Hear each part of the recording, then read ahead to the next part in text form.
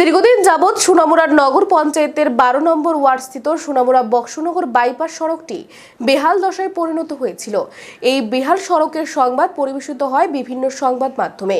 পরবর্তী সময় সংবাদের জেরেই জনগণের সমস্যা নিরসনে সড়ক সারাইয়ের কাজে হাত বাড়ালো সোনামুড়া নগর প্রশাসন ও পূর্ত দপ্তর।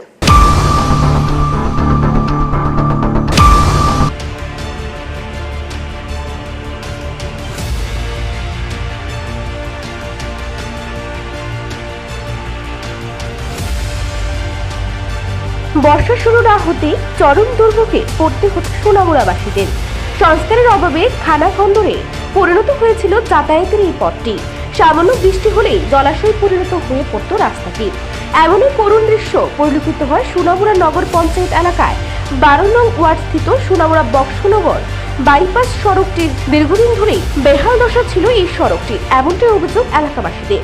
প্রত্যক্ষদর্শীরা আরও অভিযোগ করে, প্রতিনিয়ত ভারী যান চলাচল করাতে রাস্তার উপর ঢালাই দেওয়া পিচ উঠে এখন ইট ভেসে উঠছে। এতে করে রাস্তার মধ্যে যে গর্তগুলি তৈরি হয়েছে সেই গর্তে বৃষ্টির জল জমে একাকার হয়ে থাকে। আর এই থেকে প্রতিনিয়ত ঘটছে দুর্ঘটনা। দুর্ভোগের শিকার হচ্ছে বিভিন্ন যানবাহনের পাশাপাশি পথ চলতে জনসাধারণ। গাড়ি চালানো তো কষ্ট, গর্ত রাস্তার মধ্যে তো চালানোই করতে হবে। এখানে কি দুর্ঘটনা হয়নি? দুর্ঘটনা তো রাস্তাঘাট দুর্ঘটনা হইবে। কি অবস্থায় আছে এখন রাস্তাটা বর্তমানে? এখন খুবই বেহাল দশায় আছে। রাস্তা থেকে জল টল জমে রয়েছে, অনেক জল, গর্ত, বিরাট গর্ত হয়েছে। এখন আমরা কি চাইছেন?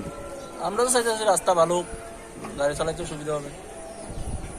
এই তো অসুবিধা, রাস্তার মাঝে হানি জমিটা দীর্ঘদিন ধরে এনে রাস্তা খারাপ হয়ে থাকে। কোন রাস্তায় এটা সুযোগ সুবিধা নিতে আসে না তারা। এই রাস্তাটা কত নম্বর ওয়ার্ডের নগর পঞ্চায়েতের? এটা মনে হয় 12 পড়ছে। 12 নম্বর না? কি অবস্থায় আছে রাস্তাটা? রাস্তাটা তো জল টল সব হয়ে গেছে।